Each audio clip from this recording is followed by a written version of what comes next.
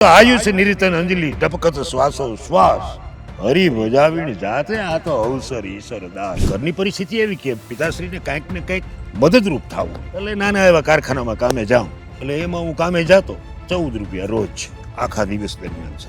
સામે વ્યક્તિએ આપણને બુકે કરી લીધા હોય કે ના વિક્રમભાઈ આ તારીખ તમારે લખી જ લેવાની છે, એટલે કોઈ વ્યક્તિ એમ કે ભાઈ આના કરતા આ સારા એમ, એટલે આપણને પાછો ફોન આવે કે ભાઈ તમે તમારી જગ્યા ઉપર બરાબર છો, પણ અમારે બીજા આયોજકે બીજાને કહી દીધું છે.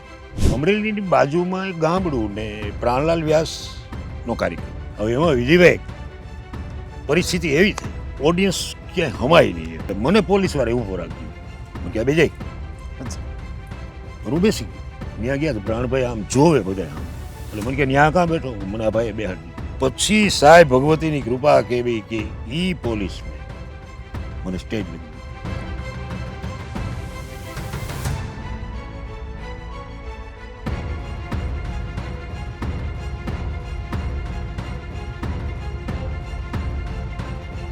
આજરોજ પ્રકૃતિનું સાનિધ્ય છે અને બેકગ્રાઉન્ડમાં ગરવા ગિરનારનું સાનિધ્ય છે. અવારનવાર એવા અનેક કલાકારોને મળતા હોય છે. તેમની જીવન યાત્રા કહેવાનો ભાવાર્થ એટલો કે જીવન પર્યત સમાજ માટે કંઈક કર્યું છે, પછી તે કલાકાર હોય કે અન્ય ક્ષેત્ર સાથે, પણ સમાજને કંઈક આપ્યું છે, સમાજના વિકાસ માટે, સમાજના ઉદ્ધાર માટે કંઈક કાર્ય કર્યું છે, તેવા વિશિષ્ટ અનેક કલાકારોને આપણે મળતા હોય છે. અને વાત કરીએ ને હમણાં કવિરાજ કે ભાઈ આમ તો માતૃપ્રધાન દેશ છે, આમ આપણે ભારત માતા કહીએ છીએ, કોઈને માં નથી કહેવાતી, માતૃપ્રધાન દેશ છે. તમારા લોક સાહિત્યમાં ખૂબ બોલતા હોય, એમાં આ લોક સાહિત્યની ભાષામાં કહીએ તો અમારી મીડિયાની ભાષા અલગ છે. ભાન બે ભાનમાં માત તુજને રટાવી સારી, બાપનું નામ દીધું અમ જન્મથી પક્ષપાતી બની, શરણ જનની તણું એક લીધું. તે લડાઈવા લાડ મોટા કર્યા અને પ્રથમ સત કાવ્યના દૂધ પાયા, એ ખોડલે ખેલવા બાળને માવડી, યાજ તોર છોડમાં જોગ માયા. માતૃપ્રધાન દેશ છે. આમાં ભારત માતા એટલે કીધી છે. એની તો અનેક વચ્ચે વચ્ચે વાતો કરતી, પણ સમાજ માટે દીપ થઈને પ્રગટ થયા છે. એમની મિત્રો, દર્શક મિત્રો, આ કાર્યક્રમમાં આપણે વાત કરતા હોય છે. લાંબી વાત ન કરતા વચ્ચે વચ્ચે વાત કરતા રહેશું આપણે. પણ આજે લોક સાહિત્યની વાતો કરવા માટે, લોક સાહિત્યના વિવિધ પરિવર્તનોની વાત કરવી છે.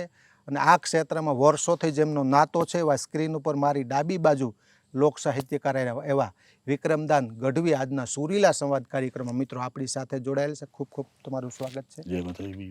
લોક સાહિત્યકાર કોઈ પણ બની શકે વિક્રમદાન, વિશેષ મળવાનું કારણ એ લગભગ 64 વર્ષની ઉંમર, પણ અઘરી વસ્તુ હોય તો સંચાલન. આમાં તમે નિપુણતા પ્રાપ્ત કરી છે, એનો એક રાજીપો છે પ્રથમ તો.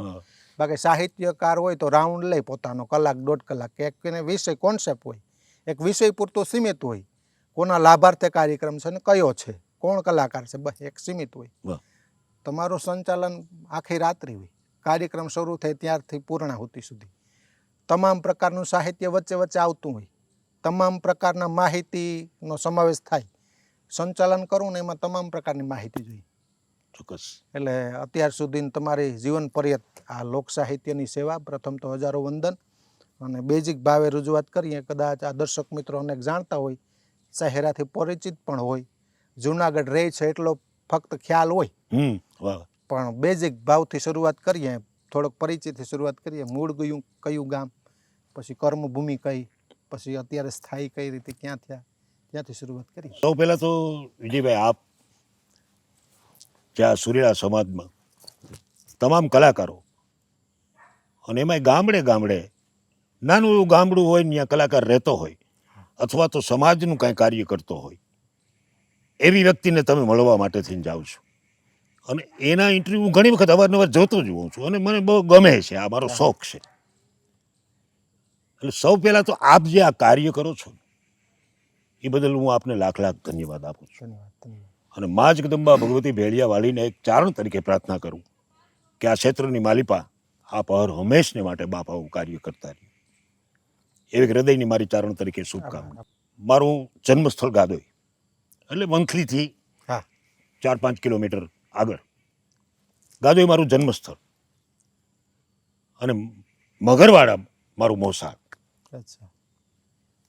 અને આપે એ નામ પણ સાંભળ્યું હોય કે મગરવાડામાં કવિરાજ નાગબાપુ ખળેલ, વિદ્વાન કવિરાજ, એ મારું મોસાળ. અને પાછો ભાગ્યશાળી છું કે આપણે મામા ફૂઈનામાં લગ્ન થાય એમ મારા લગ્ન પણ ત્યાં થયા છે. એટલે એ ભાગ્યશાળી. એટલે ગાદોઈમાં મારો જન્મ, પછી તો અમે પરિસ્થિતિને અનુસાર અમે મગરવાડા પણ રહેવા ગયા. અમુક સમય મગરવાડા રહ્યા પછી જુનાગઢ રહેવા આવ્યા. અને હવે તમે કર્મભૂમિની વાત કરો છો, જન્મભૂમિની વાત મેં પૂરી કરી, તો કર્મભૂમિ મેં જુનાગઢ બનાવી.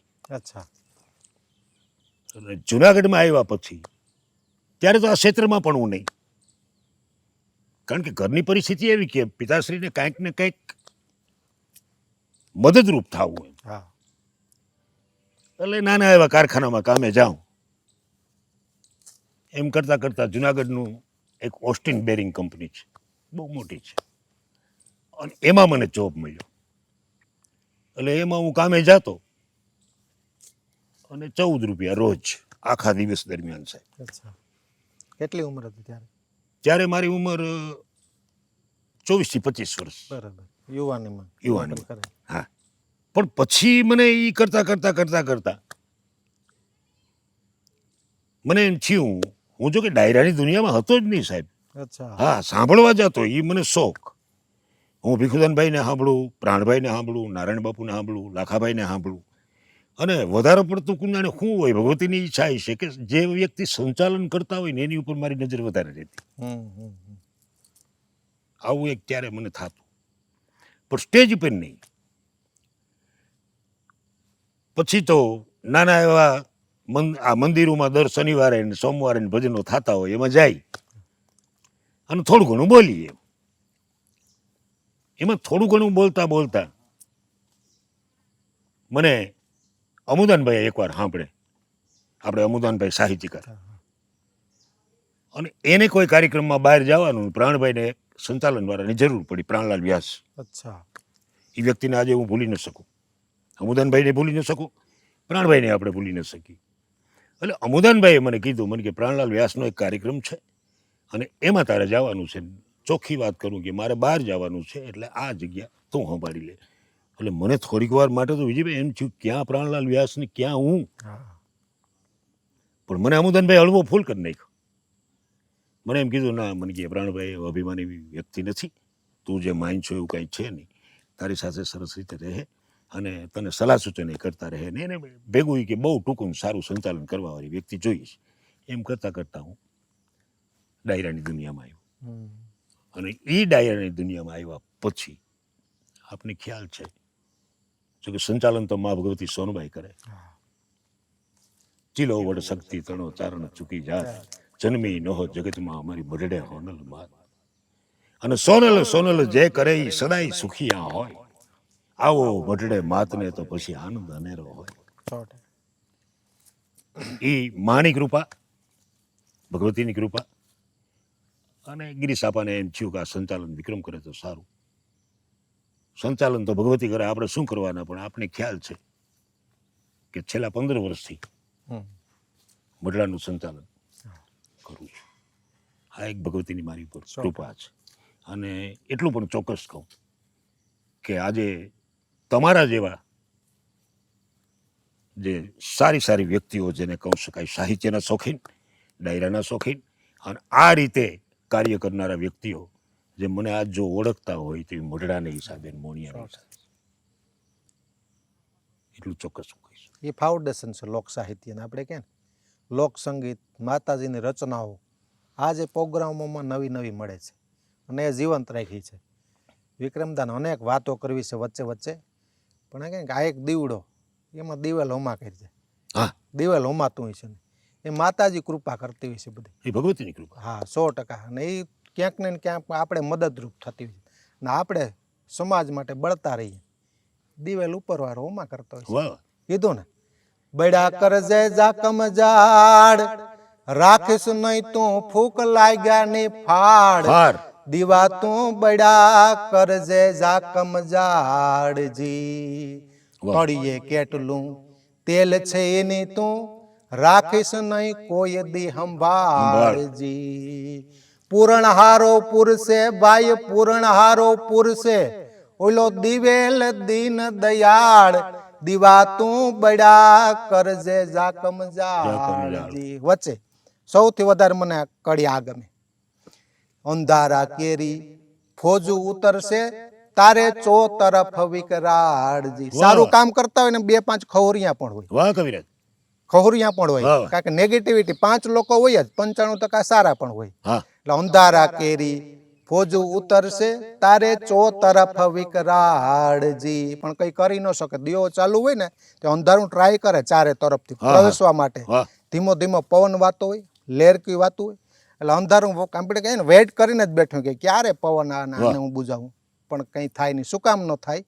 કારણ કે પૂરણ હારો પુરશે ઓયલો દિવેલ દીન દયાલ દીવા તું બડા કરજે જાકમ જાળજી. વાહ. ઉપર વાળો ધ્યાન રાખે. એટલે મૂળ વાત ફરી વાર બેકગ્રાઉન્ડમાં આવીએ. વાહ યુવાનીમાં નોકરી કરતા, હા બરોબર. અને ત્યારને દિવસો પ્રાણભાઈ પાસે તો એ સફળ પ્રોગ્રામ થયો અને થોડું નામ થયું. ત્યારે સોશિયલ મીડિયાના માધ્યમો ન હતા, નહીં ટોટલ મીડિયાના માધ્યમો એટલા બધી ન હતા. હા બિલકુલ ત્યારે સમસ્યાઓ અનેક આવતી હોય ને. મેન આપણે ક્યાંય સ્ટ્રગલ પીરિયડ કહીએ અમે, હા મુશ્કેલી. ઘણીવાર બોલાવે તમારી રીતે જતા હોય. આ જે વચ્ચેનો પડાવ હતો એ કેવો કાર્યક્રમ સ્ટેજ ઉપર જવા માટેનો. ક્યારેક એક વાર મોકો મળે ત્યાંથી સફળતા નથી મળતી, પણ એક વાર આમ અનેક અનુભવો થયા હોય એ વચ્ચેના સમયમાં. એ અનુભવો માટે મારે પ્રેરણા મેળવી છે. અનુભવો તો વિજયભાઈ ઘણા થયા છે. હમ. ક્યારેક ક્યારેક તો એવું બનતું કે સંચાલન બીજી વ્યક્તિ કરતો હોય કદાચ, અને મારે વચ્ચે રાઉન્ડ લેવાનો હોય, હમ.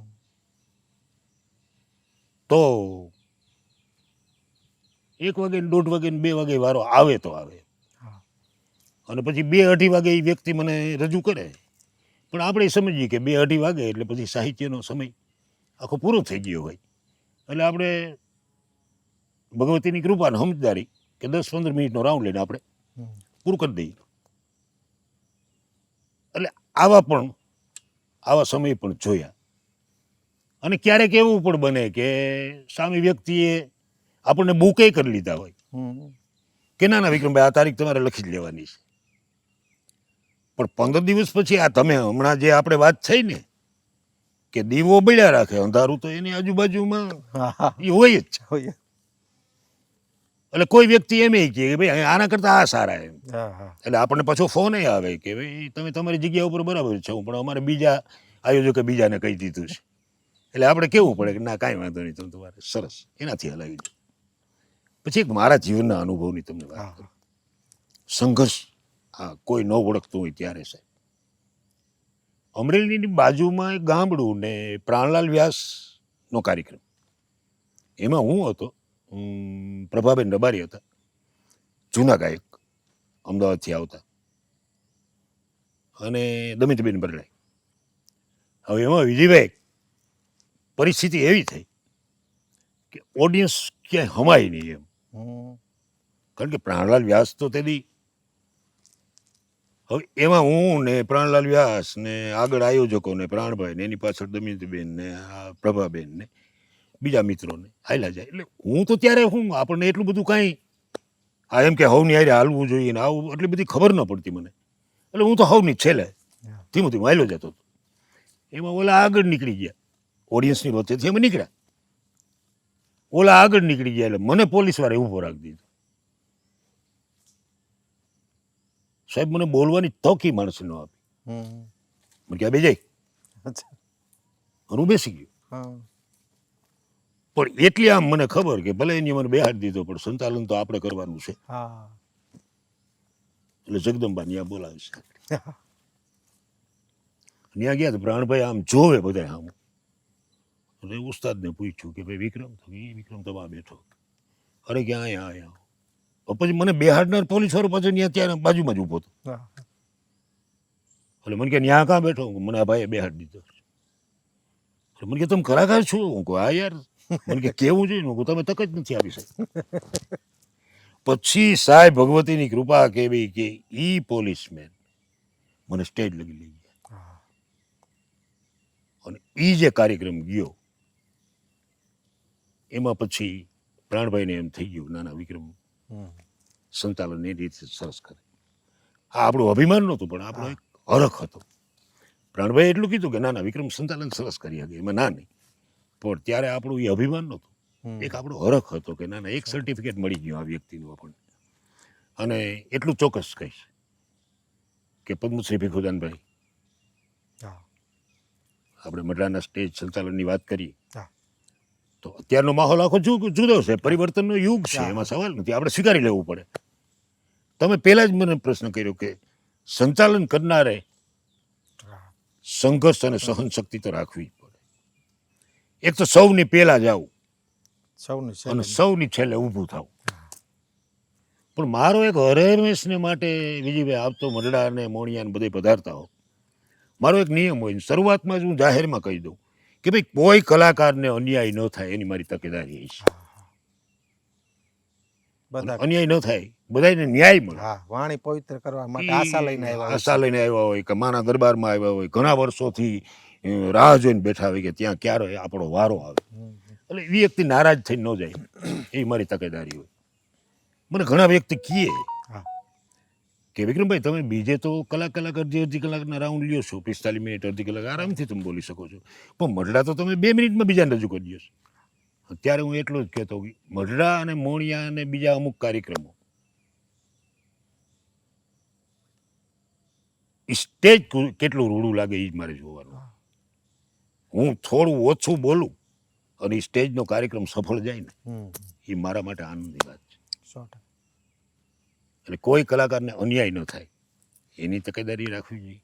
પછી બીજા નંબરમાં પદ્મશ્રી ભીખુદાનભાઈની જેમ વાત કરી, ભીખુદાનભાઈ ત્યાં આવતા, હરસુરભાઈ આવતા, ઈશ્વરદાનભાઈ આવતા, એ વસ્તુ આખી જુદી હતી. 100%. અને પદ્મશ્રી ભીખુદાનભાઈ સાહેબ એ વ્યક્તિની મહાનતા કેટલી, હમ. હરસુરભાઈને આ બધા કે હું સંચાલન કરતો હું એટલે એ આમ બેઠા હોય ત્યાંથી મારા આમ ખંભો થાબડીને એમ કહે કે ચિંતા કરતો નહીં, ગમે ત્યારે અમારો વારો આવે, ઉતાવળ કરવાની કાંઈ જરૂર નથી, ગમે તે કલાકારને રજૂ કરી દે, એમાંય કાંઈ ચિંતા નહીં. પણ આ જે મને બેકિંગ મળતું હતું ને સાહેબ, હા. હા. એ એક ભગવતીની કૃપા હતી. અને એ જ રીતે પાછા અત્યારે કીર્તિદાનજી, હમ. બીજા કલાકારો છે ઘણાય, પણ કલાકારોએ ટોટલી કલાકારોએ મઢડાના સ્ટેજ ઉપર કે બીજા સ્ટેજ ઉપર ગયો છું ત્યારે કલાકારોએ મને સાથ આપ્યો છે, સહકાર આપ્યો છે. હમ. એટલે એ કલાકારોનો બધાનો મારે ખૂબ ખૂબ આભાર માનવો પડે. 100%. કારણ કે સંચાલન કરનાર વ્યક્તિને હામી વ્યક્તિનો સપોર્ટ મળે હમ. કે વિક્રમભાઈ ચિંતા ન કરતા, ગમે ત્યારે ભલે અમારો વારો આવે, તમે એ ટેન્શન નહીં રાખતા. એટલે સંચાલન કરનાર વ્યક્તિ હળવું ફૂલ થઈ જાય. અને હું સ્ટેજ ઉપર પણ ઘણી વાર બોલ્યો છું. એક વખત મને રાજભાઈ કીધું હતું, આપણા રાજભા ગઢવી, કે વિક્રમભાઈ ગમે ત્યારે રજૂ કરો, તમે તમારે કાંઈ ટેન્શન ન લેતા આપણે. એટલે એ કાર્યક્રમ પછી તરત મારો વારો આવ્યો. એટલે મેં કીધું કે રાજભાઈ સરસ મને વાત કરી કે ગમે ત્યારે મારો વારો આવે, ચિંતા ન કરતા. અને આમ કહેનારા બધાય કલાકારો હોય ને તો સંચાલન કરવા વાળો 5 વર્ષ વધારે જીવી જાય, એ તો કોઈ 100%ની વાત છે. હા 100%. કેટલાક વર્ષનો અનુભવ આ ક્ષેત્રમાં? આ ક્ષેત્રમાં 27-28 વર્ષ થઈ. 27-28 વર્ષ. 27-28 વર્ષનો અનુભવ બાદ આપણે કહે ને કોઈ પણ એક પોઈન્ટ હોય, આખા કાર્યક્રમમાં 2 મુદ્દા સારા હોય જીવનમાં ઉતાર્યા જેવા, બાકી રિપીટ થતું. આ સુરીલા સંવાદ કાર્યક્રમમાં 27 વર્ષનો અનુભવ આમ કેવો હોય, સમગ્ર જીવન કલાકાર જગતનું કેવું રહ્યું, 2 મિનિટમાં કેવું હોય તમે કહેશો? 2 મિનિટમાં કહીએ તો કલાકારી જગતમાં એટલું ચોક્કસ હમ. કે સંગીત છે ને, ભલે સંગીતની સાથે હું ગાતો ન હોઉં, પણ સાંભળતા તો હોય જ આપણે. હા. સારું સાંભળવાનું આપણને એ ગમતું હોય. સંચાલન આપણે કરીએ એ વસ્તુ જુદી છે. પણ સાહેબ હું બેરિંગની કંપનીમાં કામ કરતો ને, સવારે તો જઈને મારે મશીન ઉપર કામ કરવાનું હોય, હા. પણ એ આખી રાતના કાર્યક્રમનો મને નશો એટલો હોય ને હા. કે હું ત્યાં જઈને મશીન ઉપર કામે લાગતો તો મને એનો થાક ન લાગતો. વાહ. કારણ કે ઓલો રાતના કાર્યક્રમનો નશો મને એ જીવાડી દેતો. એટલે આ 27 વર્ષ થાક ન લાગવા દીધો. થાક ન લાગવા દીધો. હા મેન સોચ. એ 100%. અને બીજા નંબરમાં મેં તમને કીધું એમ કલાકારો એ મને બહુ અંગત રીતે રાખ્યો છે.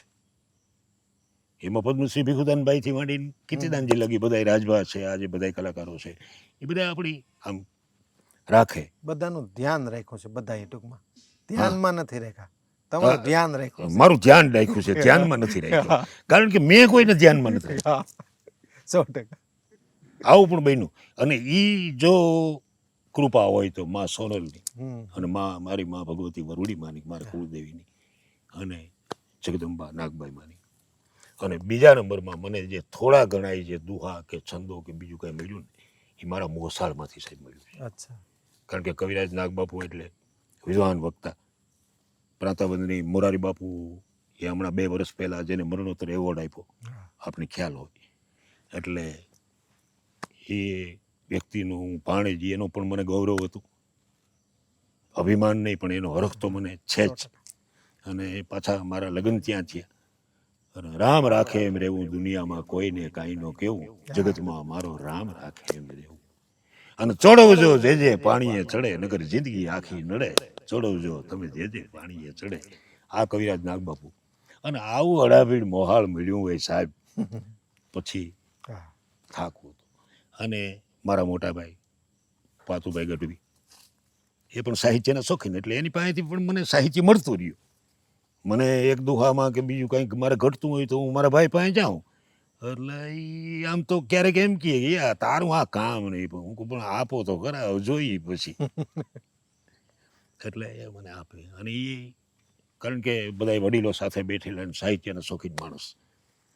અને આજે જે સ્ટેજ ઉપર રાજદાન ગઢવી છે, રાજ ગઢવી, એ પણ મારા ભત્રીજાનો જ દીકરો છે.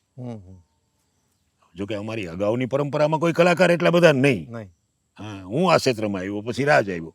મારા મોટાભાઈ જીલુભાઈ ગઢવી કરીને હતા, સરસ ભજન ગાતા. પ્રાંતબંધની નારાયણ બાપુ એમ કહેતા કે આવો જલારામ 2 ભજન સંભળાવો.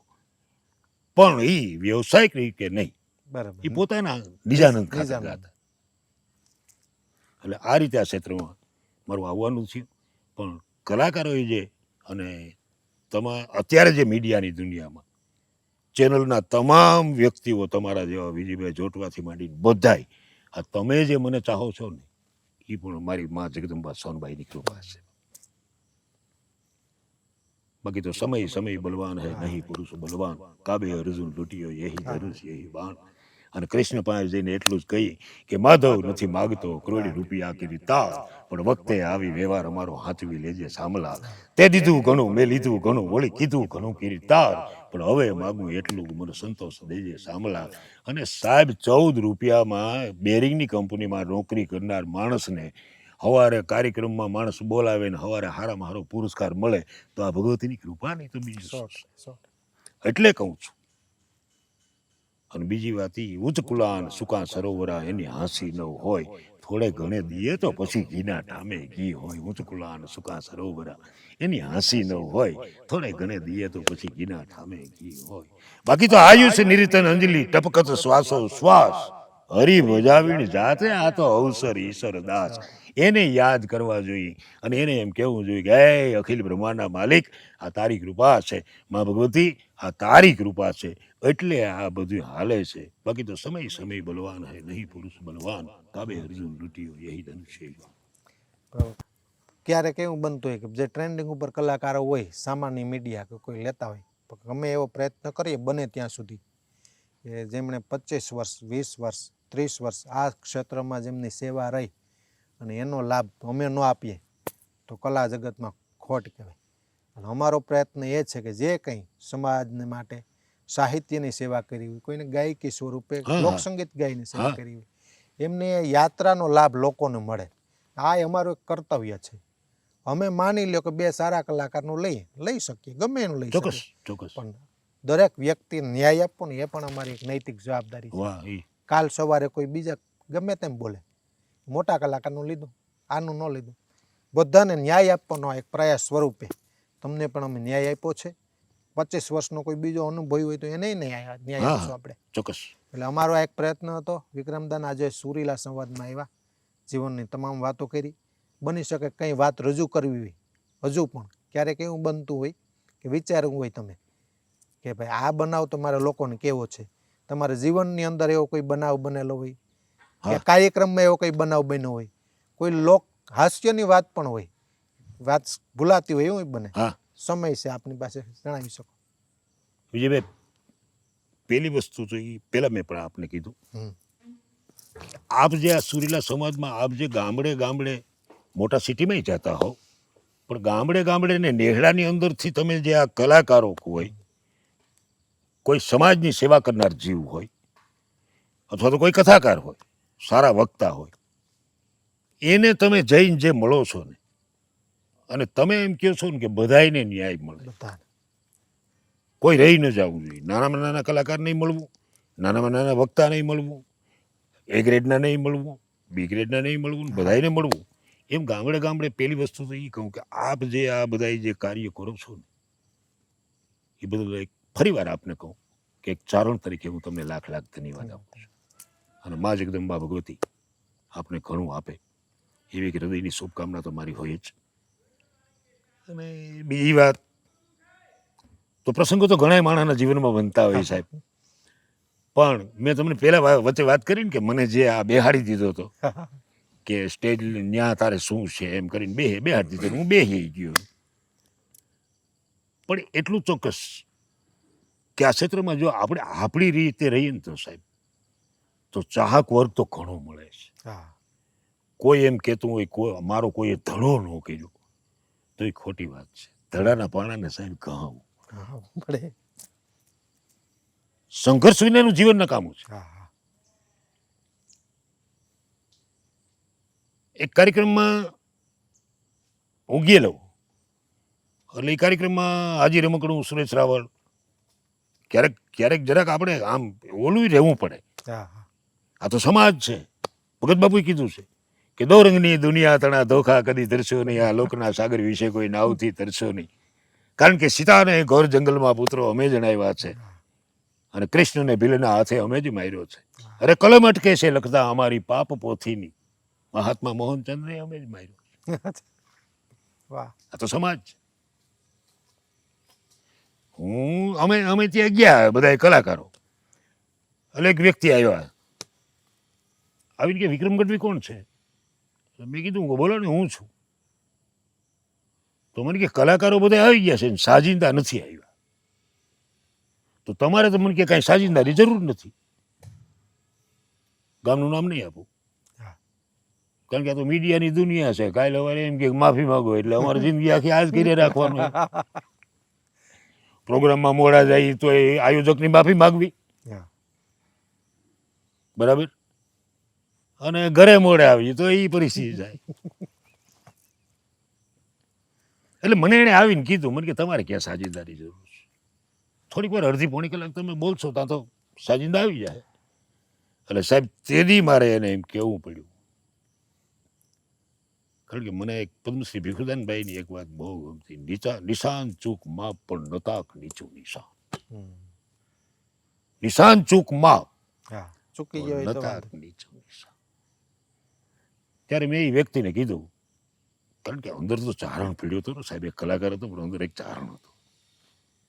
એટલે મેં એને કીધું સાજિંદા આવે ને ત્યારે હું સ્ટેજ ઉપર આવીશ, આ બીજા કલાકારો છે એ સ્ટેજ ઉપર આવશે ને ત્યારે હું એની સાથે આવીશ.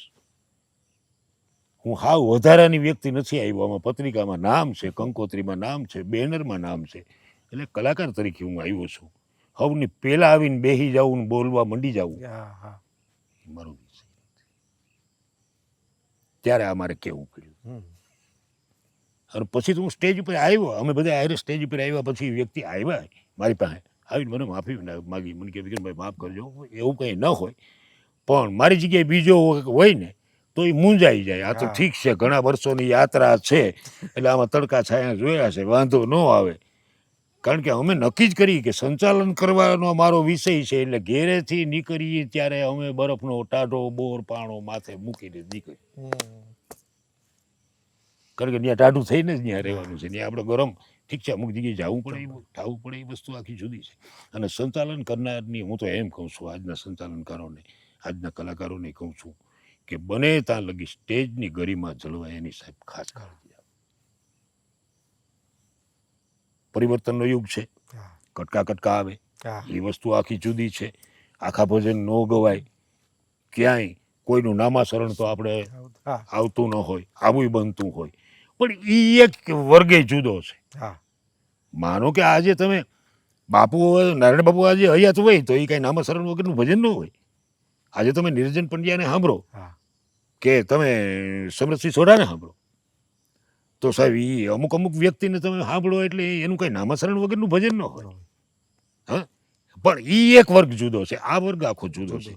પણ એટલું ચોક્કસ કે સ્ટેજની ગરિમા જલવા હા એ જવાબદારી તો એક સાહિત્યકારની, એક કલાકારની જ 100%. છે. એટલે એ ગરિમા જાળવી રાખવી તો બહુ જરૂરી છે. વાહ એટલું તો ચોક્કસ આપણે કહીએ. ધન્યવાદ ખૂબ ખૂબ આભાર. જય માતાજી.